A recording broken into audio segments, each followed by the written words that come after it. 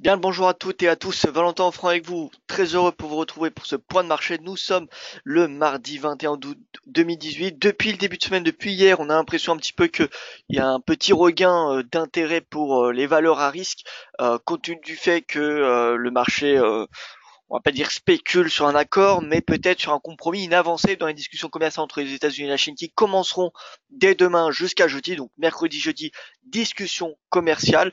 Dans le même temps, mercredi soir, nous devrions avoir Washington qui devrait mettre en place une nouvelle, enfin la deuxième vague des barrières tarifaires contre la Chine. Je vous rappelle sur l'équivalent de 16 milliards de dollars de marchandises chinois. Voilà, donc on va voir ça dans un petit instant. En tout cas, on a un regain d'appétit pour le risque. On a des marches actions qui ont clôturé dans le vert. On a les devises qui s'appréciaient auparavant, enfin ces dernières semaines en raison des inquiétudes qui ont clôturé dans le rouge aujourd'hui, et à l'inverse tout ce qui est devises qui étaient sous pression, ont clôturé plutôt dans le vert. Voilà, alors sur ce, on va commencer par l'avertissement légal sur le risque comme d'habitude. Le trading avec effet levier amplifie toujours les gains et les pertes. Un compte risque limité prend un risque de perte du capital investi. Et l'investissement sur compte titre prend un risque de perte en capital. IG fournit exclusivement un service d'exécution d'ordre. Cette présentation est à titre indicatif et ne saurait être considérée comme un conseil ou une recommandation. Bon, alors, je vais saluer rapidement la salle de trading. Bonjour à vous Eliane, j'espère que vous allez bien. François, que je salue également. Brice, Catherine, bonjour à vous. Content de vous écouter. Eh bien écoutez, content de vous retrouver. Voilà. Bonjour à vous Edgy. Petit briefing d'actualité, même s'il n'y a pas grand-chose, je vous l'admets depuis hier et même depuis vendredi finalement. Sur le plan de la guerre commerciale, la Trump qui a réitéré ses accusations, pardon, j'ai mal écrit, ses accusations envers la Chine et l'UE de manipulation de devises. Et pendant une consultation publique devant l'administration Trump, on a à peu près 350 industriels américains qui se sont opposés aux taxes contre la Chine, se plaignant notamment de tarifs de prix de vente trop élevés et de manque de main d'œuvre qualifiée aux États-Unis pour l'activité manufacturière. Concernant la Fed, on a Donald Trump qui a déclaré lundi qu'il n'était pas ravi du président de la Réserve fédérale, Jérôme Powell, pour relever les taux d'intérêt, et a déclaré que la Banque centrale américaine devrait faire plus pour l'aider à stimuler l'économie. Donc en clair, il privilégie l'argent pas cher. Concernant la RBA, donc dans ces minutes publiées cette nuit, on a la Banque centrale australienne qui s'est montrée optimiste concernant la croissance, qui devrait être légèrement supérieure à 3% en 2018 et en 2019, soutenue par une forte consommation des ménages, des exportations de ressources, des investissements dans des entreprises non minières. Voilà donc pour le briefing, c'est très très light, je vous l'accorde. Et au niveau, vous voyez, des chiffres, alors on a les techs qui ont clôturé dans le rouge, ce qui est assez, je dirais pas rare, mais ce n'est pas commun de voir le Nasdaq qui clôture dans le rouge et dans le même temps le dollar et le rendement du 10 ans qui sont également dans le rouge. Parce que généralement quand on a le rendement du 10 ans américain qui est dans le rouge, on a de l'appétit pour le risque et donc normalement le Nasdaq est en hausse. Car si on a une baisse du rendement, on a l'obligation le marché obligataire qui s'apprécie. Et, euh, donc on a normalement les marchés actions et la tendance du marché obligataire qui sont corrélés. Donc c'est assez rare, c'est pas inquiétant, mais c'est vrai que c'est assez rare de voir le Nasdaq clôturer dans le rouge quand on a le rendement du 10 ans qui clôture également dans le rouge. En tout cas, les valeurs industrielles qui surperforment, vous voyez, troisième séance consécutive pour que le Dow Jones surperforme, plus 0,35%. DXY, moins 0,31. Alors, l'indice américain qui est le plus, entre guillemets, à risque, si on a une baisse du dollar, c'est le Russell 2000. Le Russell 2000, c'est les small caps américaines. Les small caps sont directement corrélés à la tendance du dollar. S'il y a un dollar qui est fort, alors les small caps superforment. Si on a un dollar qui faiblit, alors on a les small caps qui sous-performent. Et on arrive à un point, comme vous le savez, où le dollar arrive sous résistance. On n'a pas encore les signaux suffisants pour passer à la vente sur du moyen long terme. Mais si le dollar baisse depuis ces points hauts atteints la semaine dernière, eh bien, on devrait avoir les small caps qui devraient sous-performer. Ce matin, on a le yen qui est en baisse, vous voyez, moins 0,20%, en l'absence pourtant de chiffres macroéconomiques qui viendraient pénaliser le yen. Le gold qui est en hausse, forcément si on a une baisse du dollar, on a le gold qui respire. Alors surtout, oui, baisse du dollar, hausse du gold, excusez-moi. Nikkei en hausse, Hang Seng en hausse. Et au niveau du calendrier économique, vous pouvez voir qu'on n'a pas grand-chose de prévu. 10h30, quelques chiffres britanniques, et vous voyez que eh bien la journée se résumera à ces simples chiffres britanniques.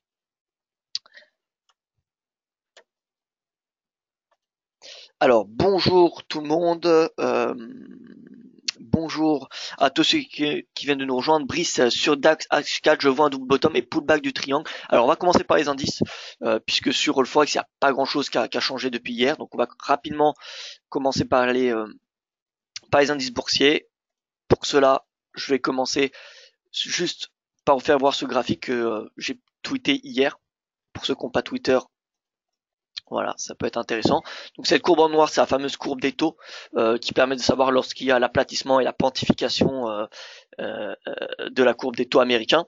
Qui dit aplatissement est synonyme de récession et donc un S&P qui va baisser. Ce n'est pas tout le temps le cas, mais on va dire que c'est l'un des indicateurs peut-être le plus fiable pour anticiper les périodes de récession. Il me semble sur les 12 dernières récessions, sur les 12 derniers signaux de l'aplacement de la courbe des taux, 9 fois il y a eu 9 fois une récession a suivi l'aplatissement de la courbe des taux. Donc 9 fois sur 12, c'est quand même un bon ratio. Et donc l'aplatissement, c'est quand cette courbe atteint 0. Ici, cette échelle, c'est ni plus ni moins que l'écart entre le rendement de l'obligation à 10 ans et celle à 2 ans. Donc quand on a 0, ça veut dire que le rendement du coupon à 2 ans est aussi élevé que celui à 10 ans. C'est-à-dire que y a un taux d'intérêt équivalent entre un emprunt à 2 ans, un emprunt à 10 ans. Or, la logique normalement, c'est que plus c'est sur du long terme, plus il y a de risques, de défaut de paiement, et donc normalement le rendement est plus élevé à mesure que l'obligation a une maturité longue. Et normalement, plus c'est sur du court terme et plus le rendement est faible.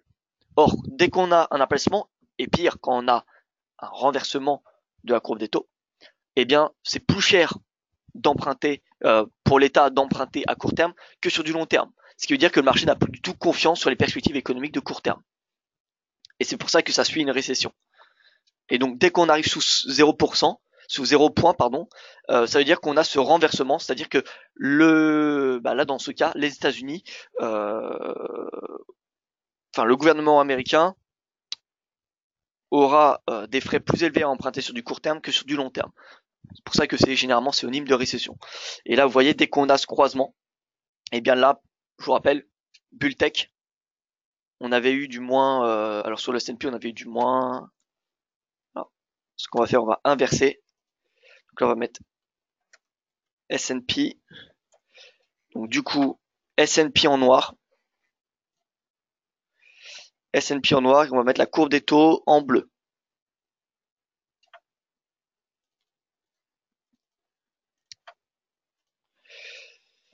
Et donc vous voyez ici, baisse 52%, ici baisse 44%. Dès qu'on a l'aplatissement de la courbe des taux, donc l'aplatissement qui est environ alors ça doit être par ici, je suppose. Vous voyez que l'échelle du coup c'est pour le S&P, donc je peux pas voir vraiment où il y a les 0 points d'écart, mais c'est par ici. Et donc dès qu'on a aplatissement, on a généralement entre 6 mois et 2 ans après une récession. Alors c'est pas tout le temps le cas, mais vous voyez que cette courbe des taux est très surveillée parce qu'on arrive relativement proche de l'aplatissement. Donc on est plus qu'à 22 points de base, 22, 23 points de base d'écart entre le rendement du 2 ans et du 10 ans. Donc ce n'est plus grand chose, on est un plus bas depuis 2017. Voilà, donc c'est pour ça que il y a beaucoup d'interrogations sur les marchés actions, d'autant plus que on sait la valorisation extrême des marchés actions américains. Enfin, il y a outre cet abaissement de la courbe des taux, on a le ratio PE qui est extrêmement, qui est assez élevé, hein, qui est au-dessus de la médiane de long terme, qui est au-dessus de la moyenne de long terme également. Enfin bref, on a pas mal d'indicateurs qui signale, voilà, qui clignote dans le rouge. Ce n'est pas encore, on n'a pas encore la baisse, mais voilà, on a quand même des signaux qui, eh bien, sont de plus en plus présents. Maintenant, encore une fois, on n'a pas encore la baisse et avant tout, ce qu'on trade, c'est le prix. Donc, tant qu'on n'a pas une baisse du prix, même si on a des signaux techniques, ce n'est pas possible de shorter. Donc, pour le moment, les marchés actions américains, vous voyez, c'est une belle droite haussière. Et donc c'est dans ce sens de la tendance qu'il faut trader. Hein. Voilà. Alors je voulais venir sur les indices. Donc on commence par le VIX. VIX sous cette courbe. On va mettre une moyenne mobile à 50 périodes.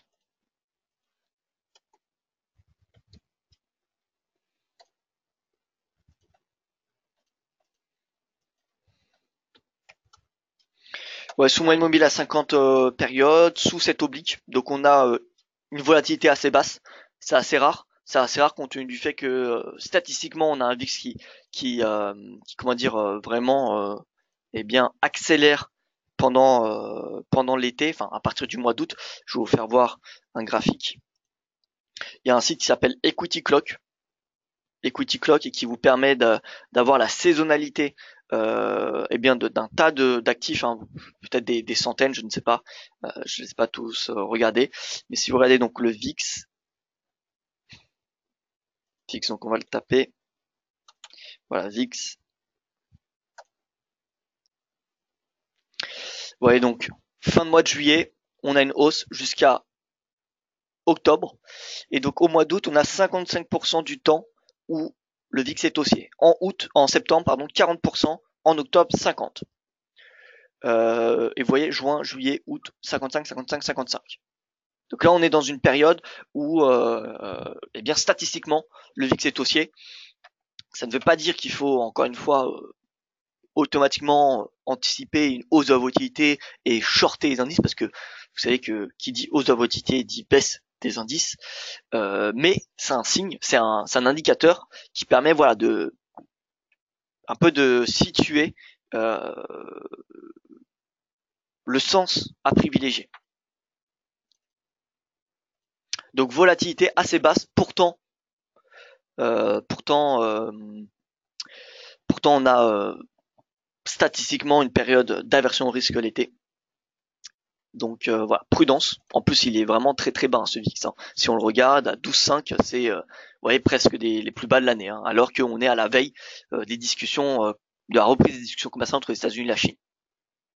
Donc voilà, je ne dis pas que on va automatiquement avoir une hausse de la volatilité, mais en termes de ratio risque-rendement, si on peut trader le VIX, vous voyez que un stop sous le plus bas de l'année pour chercher les 20, ça semble être un bon ratio risque-rendement.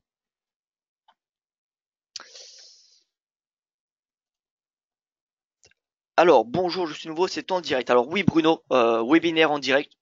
Donc vous pouvez vous poser vos questions via le chat si vous en avez. Donc VIX bas. On regarde le MSCI World qui a clôturé dans le vert hier, plus 0,74%. Donc on voit bien qu'on a eu une hausse du marché actions mondial. Les marchés émergents plus 0,44 hier. Donc on a également une hausse des marchés émergents. Le NYSE plus 0,44. Donc on voit bien qu'on a des marchés actions qui ont clôturé dans le vert. Hein. Sur le MSCI World, les marchés émergents, Wall Street, on a une hausse. Voilà. Et au niveau des actions des marchés asiatiques, on voit le Nikkei dans un triangle. Il n'a pas clôturé à l'extérieur de celui-ci, à l'inverse des indices européens. Toutefois, il est quand même assez bas et vous voyez que les impulsions se font de façon très très légère. On a un pivot mensuel qui fait office de résistance. Donc à court terme, c'est la zone de prise de bénéfice. Encore une fois, je vous rappelle, pendant le mois de août et septembre, c'est statistiquement les 2 pires mois de l'année pour les indices, pour les marchés actions, que ce soit à Wall Street ou en Asie ou en Europe. Donc voilà, prudence. D'autant plus que, encore une fois, nous sommes à la veille de discussions commerciales. Donc en plus de ça, ça paye depuis lundi. Donc moi, ça me fait penser un peu à achat de la rumeur, vente de la nouvelle. Vous voyez.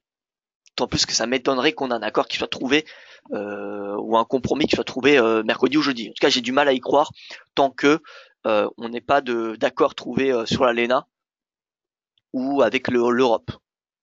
Parce que la Chine, ça semble être le grand ennemi de Donald Trump. Alors pourquoi du coup anticiper un accord avec la Chine alors que l'administration américaine ne trouve pas d'accord avec le Canada, le Mexique? Personnellement, ça me semblerait un petit peu, comment dire, paradoxal qu'un accord soit déjà trouvé avec la Chine avant de l'ALENA. Mais bon, tout reste possible. Hein. Mais en termes de, c'est toute une question de toute façon de ratio risque-rendement, hein, de risque et de potentiel gain. En termes de scénario, je trouve que le scénario d'un accord avec la Chine, qu'un accord se trouve avec la Chine avant celui de l'ALENA, beaucoup moins probable que l'inverse.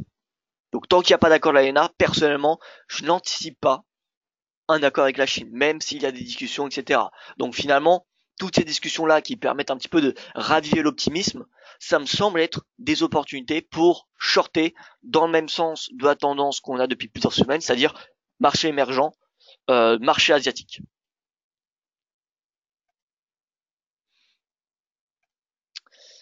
Donc voilà, Nikkei, support S1 hebdomadaire, résistance pivot mensuel. L'Eurostoxx 50.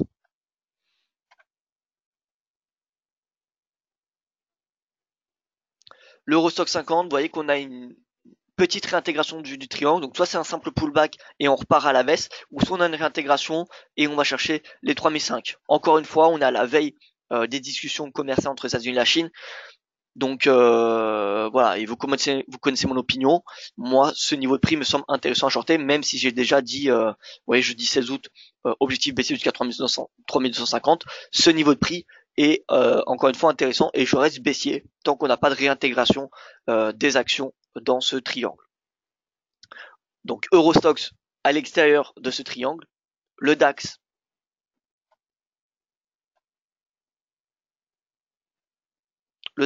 alors on a une petite réintégration, vous voyez, on a une légère clôture. Alors on va attendre une deuxième clôture à l'intérieur pour vraiment confirmer l'intégration. Auquel cas, la sortie qu'on a eue la semaine dernière aura été un faux signal baissier. Alors simplement, hier, on avait parlé on avait dit qu'on allait chercher le pivot, que le R3 se shortait. Et vous voyez qu'on n'a pas atteint le R3 hier. Alors pardon, lundi. Lundi, si R3 atteint, pardon, R3, et vous voyez que c'était une bonne résistance. Plus il y a un momentum à l'intraday, plus il va falloir chercher des niveaux de support de résistance extrêmes. Donc le R3, le S3, c'est des bornes plus importantes que le R2 ou le S2, et pareil, R2, S2, plus important que le R1 ou le S1, des points pivots, que ce soit sur du journalier, de l'hebdomadaire ou du mensuel. Donc voilà, là on a un certain momentum en intraday, on va se mettre sur du 15 minutes. Ouais, donc on ouvre avec un gap baissier au pivot du jour. On est en hausse. Donc là, on va chercher le R1. Le R1, peut-être le R2. Alors, pour avoir une idée du momentum, pour avoir une idée du momentum, je vous invite à rajouter l'ADXR, qui est un ADX, pardon, qui est un assez bon indicateur pour mesurer l'état de la tendance. Est-ce qu'on est dans une tendance? Est-ce qu'on est dans un range? Alors, je ferai un webinaire éducatif à ce sujet.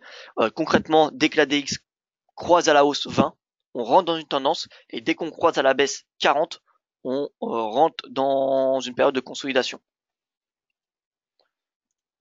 Et donc si on se met sur du 1 heure, vous voyez que il est à la baisse, donc on rentre dans une période de consolidation pour le DAX. On n'est plus dans l'impulsion, tout simplement.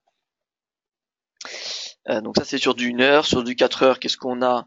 Alors vous voyez qu'on a eu le croisement à la hausse la semaine dernière. Depuis, on a une nouvelle baisse. Donc voilà, là on n'a pas vraiment, je dirais, de tendance à s'attendre. Vous voyez ici, on avait une belle hausse de l'ADX et on avait eu une belle tendance. Donc l'ADX est un petit peu en retard par rapport à la tendance. Ça va pas vous permettre de rentrer au point, au début d'une tendance. Tout simplement parce qu'au début d'une tendance, il n'y a pas beaucoup de momentum. C'est généralement lors de la deuxième impulsion. Vous savez, dans la théorie de dos, il y a la première impulsion qui est la phase d'accumulation. Ensuite, on a la phase publique. Et ensuite, on a la phase de distribution. Bien, la phase publique, c'est la plus grande généralement. Vous savez, dans la théorie des vagues d'Elliott, la troisième vague, pardon, c'est généralement la plus grande. En tout cas, ce n'est jamais la plus petite. Eh bien, voilà, cette phase de public, c'est à ce moment-là où l'ADX va généralement donner un signal. Donc, si vous cherchez le point bas, l'ADX va pas vous indiquer un signal de tendance au début de la tendance. L'ADX va donner un signal environ au premier tiers de la tendance. Alors c'est pas tout le temps le cas, mais c'est visuellement, c'est un petit peu ce que j'ai l'impression, c'est entre un tiers et la moitié de la tendance, on va avoir ce signal de ADX qui va indiquer une nouvelle tendance. Donc là, par contre, on est toujours au-dessus de 20. On n'a pas eu le croisement. Donc tant qu'on n'a pas le croisement, on n'est pas dans une période de consolidation, mais on est dans une période de tendance, tout simplement.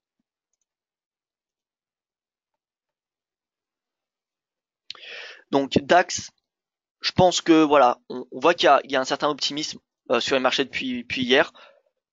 On a le marché asiatique qui clôture dans le vert ce matin. On a le gold qui est en hausse, pas parce qu'on a de la version pour le risque, mais parce que le dollar baisse. Si le dollar baisse, c'est une bonne chose. On a l'euro qui est en hausse. Vous savez que pour analyser le marché action européen, c'est pas que l'euro, ce n'est pas que le pétrole qu'il faut surveiller, c'est également le marché obligataire. Qu'est-ce que fait le marché obligataire? Qu'est-ce que fait le fameux spread italien-allemagne qui est pour le moment le plus surveillé? Eh bien, vous voyez, ce spread, il est en baisse. Donc s'il est en baisse, c'est-à-dire qu'on a une diminution des incertitudes concernant l'Italie et concernant la zone euro. Donc c'est une bonne chose pour les actifs de la zone euro, tant pour l'euro que pour les actions européennes. Donc c'est pas parce que on a une hausse de l'euro qu'on va automatiquement avoir une baisse des marchés actions. Comme je l'ai dit hier, tout dépend pourquoi l'euro est haussier. Si c'est parce qu'on a une baisse du dollar et donc on n'a pas de changement sur la zone euro, dans ce cas-là, oui, la hausse des marchés européens est incompatible, généralement bien évidemment, avec la hausse de l'euro. Par contre, si la hausse de l'euro est générée grâce à une amélioration des perspectives, à une diminution des inquiétudes en zone euro, dans ce cas-là, on a l'euro et les marchés actions européens qui ont tendance à être haussiers dans le même temps. Voilà, donc c'est pas parce que l'euro est en hausse qu'on va avoir des marchés actions européens en baisse. C'est trop facile à simplifier. On a une corrélation qui peut être négative, ça dépend dans quel contexte. Mais ce n'est pas tout le temps le cas. Donc voilà, c'est important de savoir pourquoi l'euro monte. Ce qui permet ensuite de savoir si les marchés européens peuvent progresser ou non. Donc là, en ce moment, on a le DAX là, depuis le début de la semaine qui est en hausse. Le spread, vous voyez, on est sur du journalier qui est en baisse depuis vous voyez, le 16 août. Et donc là, la hausse des marchés européens n'est pas incompatible avec la hausse de l'euro. Voilà, donc DAX en hausse. DAX en hausse parce qu'on a le pétrole qui est en hausse et on a ce spread qui est en baisse. Donc tant qu'on a ces deux tendances, on va avoir le DAX qui va progresser même si l'euro est en hausse. Donc voilà, je pense que le DAX, on peut venir chercher le R1 du jour au minimum, les 12 400. 12 400, niveau de résistance importante pour ce DAX à la veille, encore une fois, des discussions commerciales. Donc à mon avis, on n'aura pas d'annonce qui sera faite concernant ces discussions commerciales mercredi, étant donné que les discussions auront lieu pendant 2 jours, mercredi et jeudi. Par contre, jeudi, là, on va avoir quand même pas mal de facteurs, d'autant plus que je rappelle, mercredi soir à minuit, heure de Washington, donc ça sera ça sera à 6h du matin heure française. À 6h du matin heure française, nous aurons normalement la deuxième vague des sanctions américaines contre la Chine. Donc des nouvelles barrières tarifaires jeudi à 16h du matin. Donc jeudi, ça devrait être assez volatile. Donc voilà. En attendant, en intraday, je pense que le ton, il est beaucoup plus optimiste. On a un regard d'intérêt des investisseurs pour les valeurs à risque. Et donc, voilà, le DAX a des chances de revenir chez les 12 004. Pour ce qui est du CAC 40, on va chercher la même chose, donc un ton, une perspective plutôt haussière, donc plus que on sait que le CAC a une pondération un peu plus importante sur le pétrole, donc on peut s'attendre à une hausse, une surperformance du CAC face aux autres indices européens. Donc voilà, on vient chercher le R1, on vient chercher le R1, 5400, 5400 et voilà, 5400 grosse résistance. D'ailleurs, vous voyez 5400 de CAC 40, 12 400 DAX, on est sur des seuils psychologiques. Donc voilà, on va pas non plus chercher des seuils trop élevés, étant donné qu'on est dans un marché qui est plutôt en baisse hein, sur les dernières semaines. Les marchés américains sont-ils liés avec le DXY? Alors, il n'y a pas une corrélation aussi importante du DXY avec les marchés actions américains, comme c'est par exemple le cas avec l'USD Yen et le Nikkei, ou l'euro-dollar avec les marchés européens. Pour la simple et bonne raison que les marchés américains, les États-Unis ont une balance commerciale déficitaire et non pas excédentaire, comme c'est le cas pour le Japon ou comme c'est le cas pour la zone euro. Donc disons que la hausse du dollar n'a pas le même impact sur les marchés actions, mais il y a quand même un impact.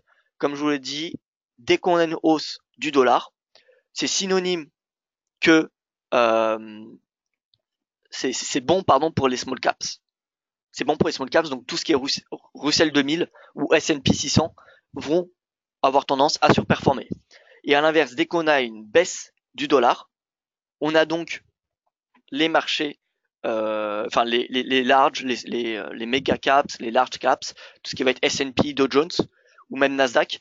Nasdaq, non, c'est différent, mais S&P, Dow Jones vont surperformer le Russell 2000. Pourquoi? Bien parce que si le dollar monte, si le dollar est en hausse, ça rend les produits exportés plus chers. Et donc, potentiellement, moins d'exportations américaines. Et qui est-ce qui exporte? C'est pas les petites entreprises, c'est pas les PME qui font la plupart des exportations. Vous voyez, donc si on a une hausse du dollar, c'est synonyme de réduction des exportations américaines. Alors que si on a une baisse du dollar, c'est synonyme d'augmentation des exportations américaines, parce que forcément, les produits américains deviennent moins chers à l'étranger. Si on a une baisse du dollar, eh bien, le produit américain ne sera pas au même prix que s'il était plus élevé, pour un étranger, bien évidemment. Donc voilà, si vous regardez le Russell 2000, on peut mettre la force relative S&P Russell 2000.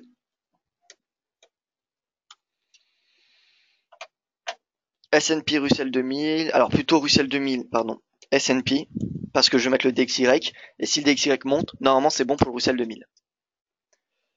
Voilà, et on va superposer le DXY. DXY qu'on va mettre en vert. Et donc cette force relative, qui, si elle est en hausse, indique que le Russell 2000 surperforme le S&P 500. Donc en fait, les small caps surperforment les large caps, parce que le S&P 500 c'est les large caps. Hein. Il me semble que la captation médiane hein, des entreprises compris dans le S&P 500 c'est plus de 2 milliards, quelque chose comme cela.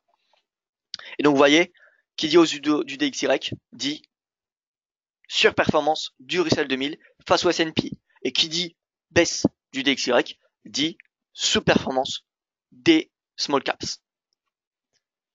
Et donc on va faire la même chose avec le Dow Jones. Le Nasdaq c'est différent parce que c'est des techs, c'est extrêmement, c'est pas du tout la même chose.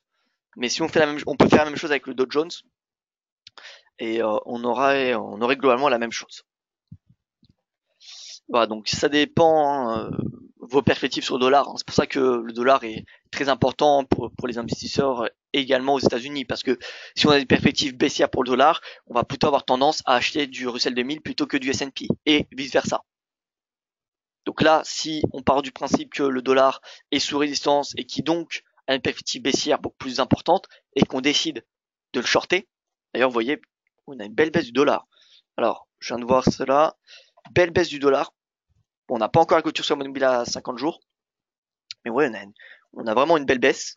Donc moi, ce que j'attends, c'est clôture sur la mobile à 200 jours, clôture sous cette oblique. Et là, clairement, ça se shortera, hein, ce dollar. Ce sera deux signaux baissiers particulièrement importants. D'autant plus qu'on a une divergence baissière. Je vous rappelle sur cet indice. Vous voyez, sommet, sommet, sommet, sommet, sommet, sommet. Donc, belle divergence. Si on a en plus de cela une baisse du prix, dans ce cas-là, l'euro-dollar, on le paye jusqu'à 1,20, le GBP-USD retour à 1,30, voire même 1,33, l'USD-Yen, il chute à, je dirais, au minimum 107, etc., etc. Donc là, on arrive sur un niveau de timing particulièrement intéressant. Je doute qu'aujourd'hui, on ait la clôture sous la moyenne mobile et sous l'oblique. D'ailleurs, c'est possible qu'on ne l'ait pas, hein, et qu'on ait finalement un rebond.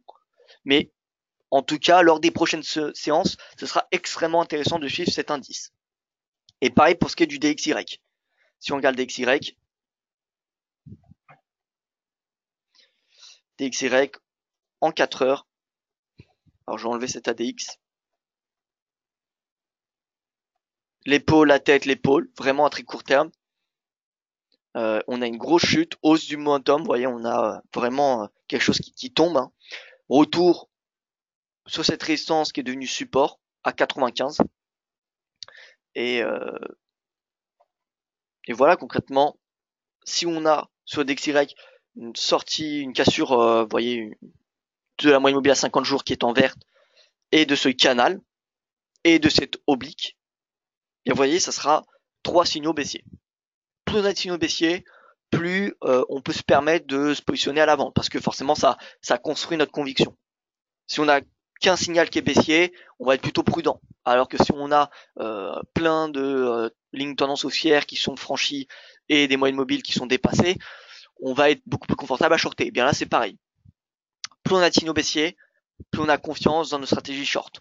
Là, pour le moment, qu'est-ce qu'on a On a une baisse. On teste la moyenne mobile à 20 jours, mais pour le moment, c'est tout. Donc, encore une fois, on reste prudent. Et vous voyez que d'ailleurs, le RSI se maintient sur 50. Donc, dollar, pour moi, d'un point de vue swing trading, c'est encore un peu trop tôt pour le shorter. En intraday, à mon avis, va être en baisse, puisqu'on a un regain d'appétit pour le risque, et le dollar est, depuis le mois d'avril, soutenu grâce à l'aversion pour le risque, enfin, par les perspectives plutôt, comment dire, délicates d'un point de vue économique, des perspectives économiques mondiales en raison des tensions commerciales. Donc si on a une amélioration des perspectives, on aura un dollar qui va être en baisse. Et à l'inverse, si on a une dégradation des perspectives, on va avoir un dollar qui va être en hausse. Donc voilà, à suivre. À suivre. Et notamment, vraiment le facteur majeur, hein, de cette semaine, c'est les discussions commerciales entre les États-Unis et la Chine. Si on n'a pas d'avancée, à mon avis, nous aurons le dollar qui va à nouveau progresser, puisqu'il n'y aura pas de facteur qui justifiera le regain d'appétit pour le risque. Donc c'est pour ça que je préfère rester prudent. Vraiment, on est à la veille du début de la reprise des négociations commerciales entre les États-Unis et la Chine. Ça serait bête de se mettre à contre-tendance la veille. Donc attendons, je pense, mercredi. À mon avis, ça va se concrétiser jeudi pour le dollar. Jeudi, soit on a dépassé cette moyenne mobile et cette oblique, vous voyez, ou soit on aura le rebond. Donc jeudi, on devrait avoir des meilleures perspectives. En attendant l'intraday, comme j'ai écrit dans mon article d'hier, bon, l'euro-dollar est revenu à 1,15, c'est parfait. C'était ma prévision de la semaine. Donc aujourd'hui, comme je l'ai dit, j'anticipe une baisse du dollar, parce qu'on a un regain d'appétit pour le risque. Donc là, on a un retour à 1,15. Stratégie acheteuse à court terme pour viser le R2, voire le S1. S1 mensuel, R2 journalier. Donc vers les 1,1577.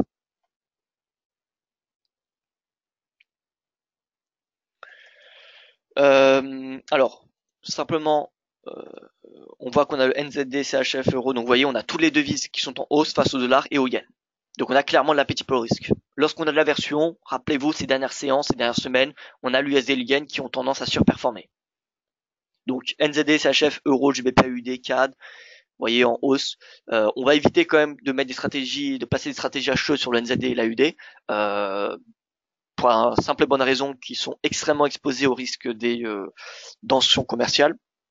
Mais tout ce qui est euro et GBP, eh bien sont particulièrement intéressants. D'autant plus que l'euro, on a un spread entre le BTP et le Bund qui se réduit. La réduction de ce spread plus la baisse du dollar, ça provoque, on le voit, vraiment une hausse importante de l'euro. Donc euro-yen, euro-yen, euro-AUD.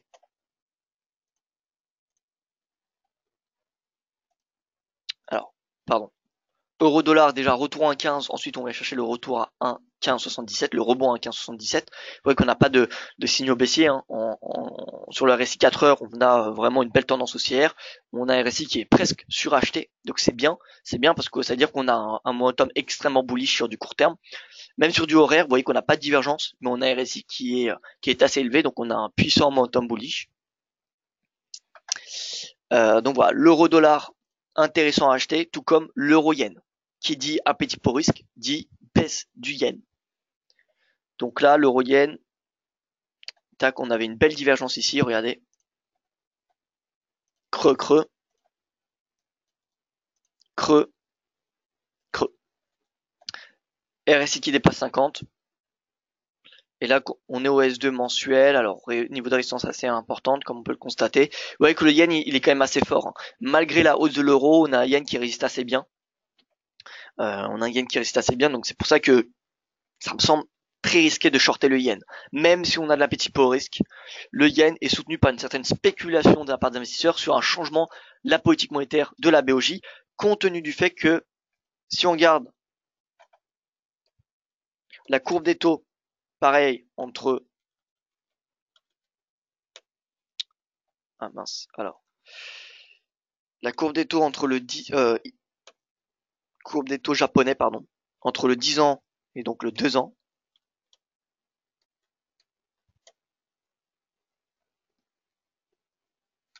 ouais, la courbe des taux est assez faible. Et donc pour quantifier, on appelle ça quantifier hein, pour augmenter cette courbe, pour la relever, la BOJ n'a qu'une seule façon de le faire, c'est on va dire, faire preuve d'un peu plus de flexibilité sur son programme de rachat d'actions.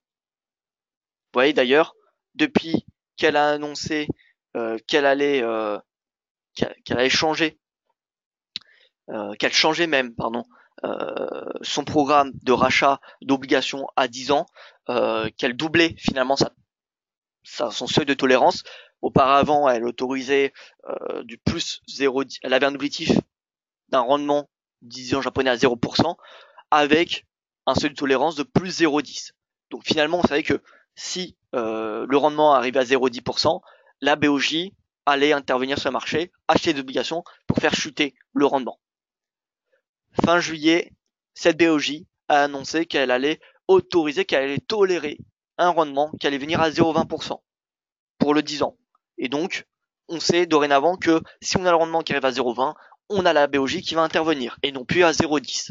Donc finalement, on a cette courbe qui commence à se repentifier. Mais si on a le rendement du 2 ans qui progresse également plus rapidement que le 10 ans, eh bien on va avoir une nouvelle baisse de cette courbe des taux. Donc on a la BOJ qui va devoir à nouveau repentifier cette courbe des taux. Et elle n'a qu'une seule solution, c'est soit d'acheter des rendements des obligations à très court terme, ou soit être encore un peu plus flexible sur ces rendements de long terme. C'est-à-dire qu'au lieu qu'elle ait un seuil de tolérance de 0,20%, elle pourrait dire eh bien qu'elle accepte un seuil de tolérance de 0,5. C'est-à-dire qu'elle accepterait que le rendement du 10 ans japonais arrive jusqu'à 0,5% avant qu'il intervienne sur les marchés. Et ça permettrait de repentifier à nouveau cette courbe. Et vous voyez que on n'est qu'à 20 points de base. Et on a eu un plus bas à 15. Donc on peut très bien imaginer que si on a cette courbe des taux qui revient, vous voyez, vers ses plus bas de l'année, hein, on le voit, enfin même depuis juin 2017, ouais, si on devait faire une médiane, donc depuis juin, on va mettre une moyenne mobile à 200 périodes. 200 périodes, c'est une année. Et puisque ça fait un an qu'on a une courbe des taux assez plate, vous voyez que la moyenne sur la dernière année, c'était aux environs de 0,20. Donc si on a concrètement un retour de cette courbe des taux sous 0,20, en fait 20 points de base, eh bien, on pourrait avoir une nouvelle action de la BOJ. Si on a cette courbe qui baisse, la probabilité que la BOJ agisse sur les marchés augmentera. Et donc, par conséquent, que le yen va s'apprécier. Si cette courbe des taux baisse, le yen aura tendance à s'apprécier. Il suffit de regarder, par exemple, on va le superposer avec l'USD yen. Vous voyez, USD sous-performe à mesure que cette courbe des taux est en baisse. Pourquoi? Parce que plus elle est en baisse, plus on a une chance que la BOJ intervienne. En faveur, mais évidemment pas d'une nouvelle accommodation, mais de plus de restrictions. On n'a pas une corrélation totalement positive, mais cette courbe des taux est à suivre. D'ailleurs, ce qu'on va faire, non, on va rien faire. Mais non. Donc cette courbe des taux est vraiment à suivre. Si on vient sous les 0,20, ça va augmenter la probabilité d'endurcissement de la politique monétaire de la BOJ. Ça va pas forcément être le cas, mais elle va peut-être modifier. Et donc, ça va favoriser la spéculation. Alors, excusez-moi, j'ai pas regardé les questions, je les lis.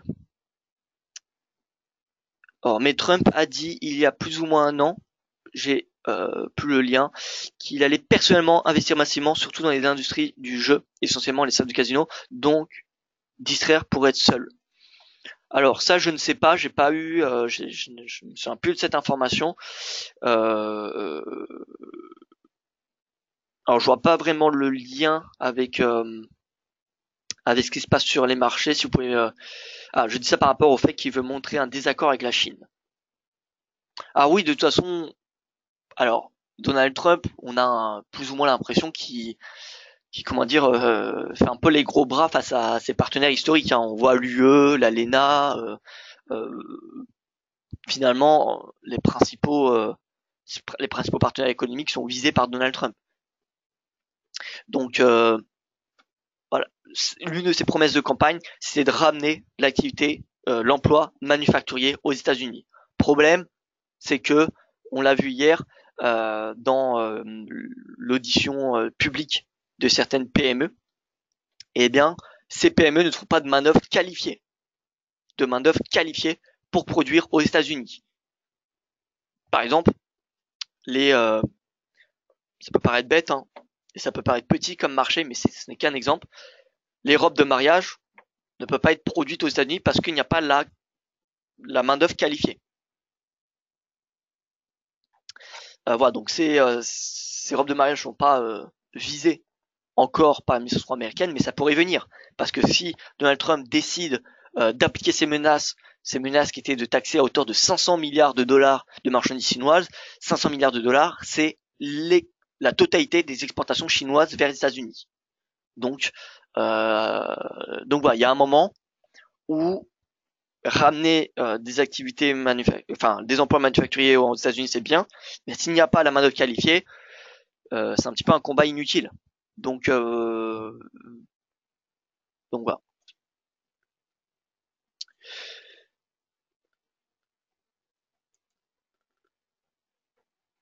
Pouvez-vous me dire ce qu'il arrivera au dollar si c'est les États-Unis qui l'emportent et inversement pour la Chine? Alors, qui l'emportent, alors ça dépend ce que vous entendez par emporte. Si vous entendez de cela le fait que la Chine s'engage à réduire la balance commerciale entre les États-Unis et la Chine, dans ce cas-là, ce sera boule pour les marchés actions américains, puisque qui dit baisse du déficit commercial entre les États-Unis et la Chine dit soit réduction des exportations chinoises, qui semble peu probable, ou soit augmentation des exportations américaines vers la Chine. Et ça, c'est plus probable. Et donc, qui dit hausse des exportations dit hausse des revenus des entreprises américaines. Voilà, et qui donc dit hausse du dollar, parce que qui dit hausse des exportations dit hausse de la production manufacturière, qui dit meilleure situation économique aux États-Unis. Voilà, maintenant faudra bien évidemment voir dans les lignes. Là, c'est un petit peu un schéma simplifié, mais si on a un accord commercial qui est trouvé, ça sera boule pour les États-Unis, boule pour la Chine. Dans les deux cas, ça sera positif pour les marchés, que ce soit chinois ou américain.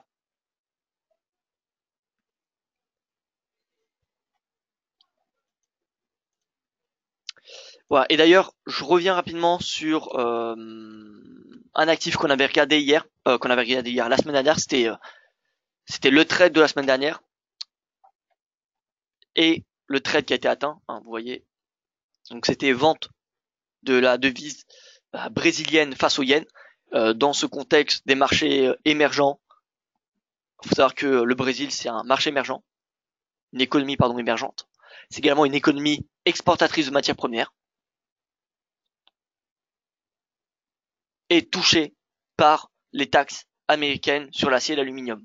Donc en fait le Brésil est extrêmement exposé à la politique commerciale de Donald Trump, pas parce qu'elle est visée par la politique de Donald Trump, mais parce que c'est une économie qui euh,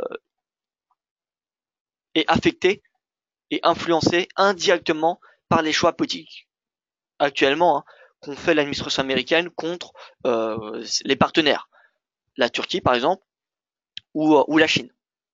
Donc voilà. C'est pour ça que c'était le trade de la semaine, vente du BRL et l'yen, parce qu'on avait de l'aversion. Et l'objectif c'était retour au plus bas de l'année, 27,52, et ça vient d'être atteint. Donc voilà, félicitations à ceux qui ont suivi le trade pour le BRL yen. C'est qui est également le cas pour l'USD Tsar.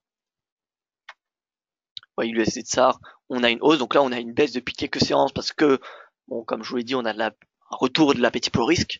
Mais est-ce que ça va durer? Personnellement, ça me semble peu probable. Donc finalement, tout pullback me semble être une opportunité pour passer à l'achat. On vient chercher des pullbacks de 38%. 38%, ça semble assez intéressant. Donc là, par exemple, vous voyez, 38%, c'est le R2. On a 50% qui est à 14. Donc vers les 14, concrètement, c'est une opportunité d'achat pour l'USD Tsar. Pourquoi? Bien parce que l'Afrique du Sud, exportateur de minerais, les minerais qui sont en baisse depuis le début de l'année, marché émergent et également marché qui a un besoin d'investissement étranger extrêmement important et qui dit hausse du dollar dit augmentation du risque de défaut de paiement. Voilà, donc le tsar c'est également une devise moi qui m'intéresse qui est intéressante, qui me semble intéressante à shorter.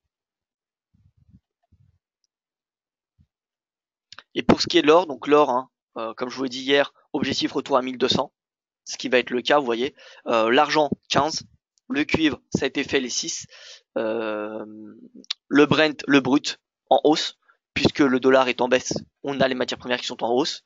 Donc Brent, on vient chercher, pourquoi pas, vous voyez cette moyenne mobile à court terme, on vient la rechercher puisqu'on l'a déjà atteinte hier. Et voilà, le gaz pareil, gaz en hausse, on vient chercher le haut de ce canal baissier. Donc finalement c'est le R2 du jour, les 2,98. Voilà, donc hausse des matières premières, donc surtout l'or qu'on va chercher les 1200 $, l'euro on vient chercher les 1,1577, le GBP USD on vient chercher les 1,2898, même le S1 finalement les 1,2928 en amont du bilan, du résumé finalement de ce qui s'est des discussions commerciales entre les États-Unis et la Chine. Donc en clair, jeudi. Jeudi, c'est le prochain jour important pour les marchés. Demain, pas vraiment, ça devrait être, on va dire, une journée de temporisation, d'attente. Donc l'appétit pour le risque devrait continuer aujourd'hui. Demain, ça devrait nettement se diminuer. Jeudi, ce sera qui tout double. Soit on repart dans l'aversion, soit on repart dans de l'appétit. Et vendredi, on a Jackson Hole. Voilà, donc dollar en intraday vente, yen également. Et donc on va chercher des pivots, des résistances journalières. Vous voyez, R3 du jour, ça a déjà été atteint. Mais je pense qu'on peut à nouveau rechercher ce niveau de prix. Et l'euro dollar, je rappelle, là on a le R1, vous voyez, pullback à 1,15, 1,15 ça se paye sur du court terme pour viser le R2. Voilà un petit peu ma perspective sur l'euro dollar et l'euro franc. Stratégie acheteuse également. Ah bah vous voyez, retour à 1,14. Alors, attendez. Tac. Voilà donc. Je pense qu'on peut venir chercher les 1,1450 pour l'euro CHF. L'euro CHF, qui est ni plus ni moins que trader le spread entre le Bund et une obligation, l'obligation qui est qui attire le plus d'attention de la part des investisseurs en zone euro. En l'occurrence, actuellement, c'est le BTP, l'obligation italienne. Donc, si on a l'écartement du spread BTP-Bund, on a l'euro CHF qui est sous pression. Et à l'inverse, si on a une réduction de ce spread, si on a une diminution du spread BTP-Bund, on a une hausse de l'euro CHF. Or, pour le moment, on le voit, ça fait 2-3 jours qu'on a ce spread, je le rappelle. Alors déjà, ça, hop, voilà, je le garde.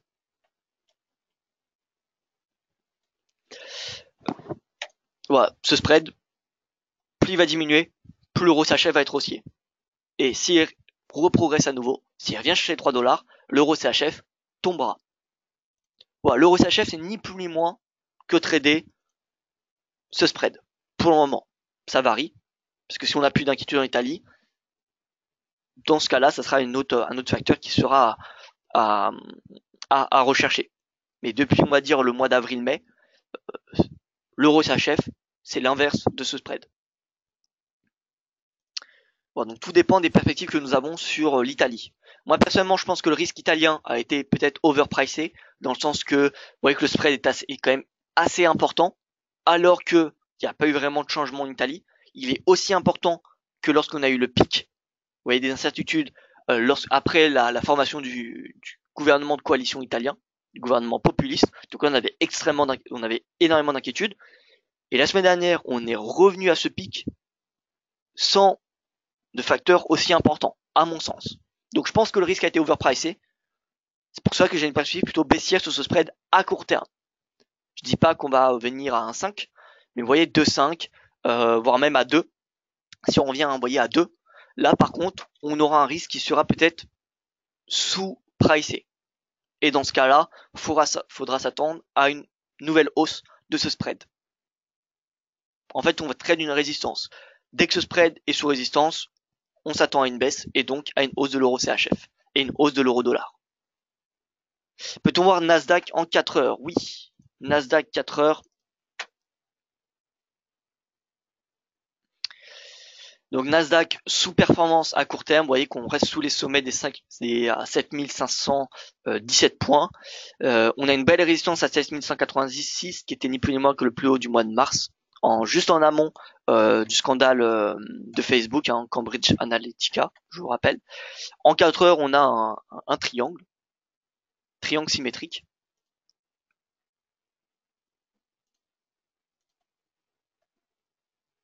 Triangle, et vous savez que c'est une figure d'indécision de la part des investisseurs, parce qu'on a des sommets et des creux qui se rejoignent. On n'a pas vraiment de direction de la part des sommets et des creux, on n'a pas des sommets de creux de plus en plus haut ou des sommets creux de plus en plus bas. Donc c'est l'indécision, et donc la cassure donne une nouvelle direction. Si on a une clôture à la baisse, c'est direction baissière jusqu'au pivot mensuel, puis les 7186. Si on a une clôture à la hausse, on vient chercher les 7500 points. Voilà un petit peu la configuration en 4 heures, la configuration que nous avons, oui, en 4 heures. Chère Catherine, le RSI, on voit tend vers les 50.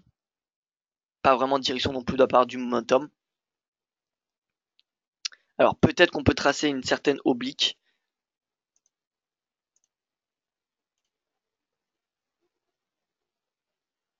Vous voyez, creux, creux, creux, et ici creux. Donc si on a une sortie par le bas, ça sera un baissier encore plus important que si on a un signal haussier. Signal haussier, c'est ni plus ni moins qu'un signal dans le sens de la tendance. C'est un signal dans le sens de la tendance, donc on va dire qu'il y a une probabilité de hausse plus importante que de baisse. 1 parce qu'on est dans le sens de la tendance, et 2 parce que le support de ce triangle est également, vous voyez, cette oblique haussière. Alors qu'on n'a pas d'oblique baissière qui vient renforcer ce triangle. Enfin, la borne haute de ce triangle. Donc, d'un point de vue probabilité, je privilégierais la sortie par le haut de ce triangle. Maintenant, on va toujours attendre des signaux techniques avant de trader. Donc c'est dès lors qu'on aura la sortie du cours de ce triangle qu'on pourra trader soit la hausse, soit une sortie par le haut, soit la baisse, soit une sortie par le bas. Si on a une sortie par le bas, ce sera un signal particulièrement baissier, étant donné que c'est le bas du triangle, mais également cette oblique. Ouais, donc en résumé, comme hier, plan de trading, le même qu'hier, c'est-à-dire baisse du dollar, baisse du yen. en fait à petit peu haut risque. Donc hausse des marchés actions, hausse de l'euro, même surperformance de l'euro, étant donné qu'on a le spread entre le BTP et le Bund qui se réduit. Donc euro-dollar haussier, gold haussier, GBP-USD haussier, mais GBP toujours dans une moindre mesure puisqu'on a quand même pas mal d'incertitudes entourant le Brexit au sein du Royaume-Uni. Je parle même pas du fait qu'il y a des divergences entre l'UE et le Royaume-Uni. Même au sein du Royaume-Uni, on a une certaine des indécisions et même des divergences. Donc le GBP va clairement sous-performer, continuer à sous-performer l'euro. Mais donc hausse de l'euro-dollar, hausse du gold, en fait hausse de toutes les devises face au dollar en intraday. Et l'appétit pour risque, c'est également les marchés actions, donc hausse des marchés actions et hausse des matières premières. Voilà, donc c'est le même plan de trading finalement que la veille aujourd'hui, et on n'a pas de facteur d'un point de vue macroéconomique qui viendrait menacer pour le moment ce plan de trading, puisqu'on a que des chiffres britanniques attendus ce matin à 10h30. Voilà donc pour ce plan de marché. J'espère que ça aura été clair. Je vous remercie pour votre attention. Et écoutez, je vous souhaite une excellente journée. Je vous dis à demain. Demain en espérant qu'on ait un peu plus de nouveautés sur les marchés. Et voilà, écoutez, soyez prudents sur les marchés et à demain.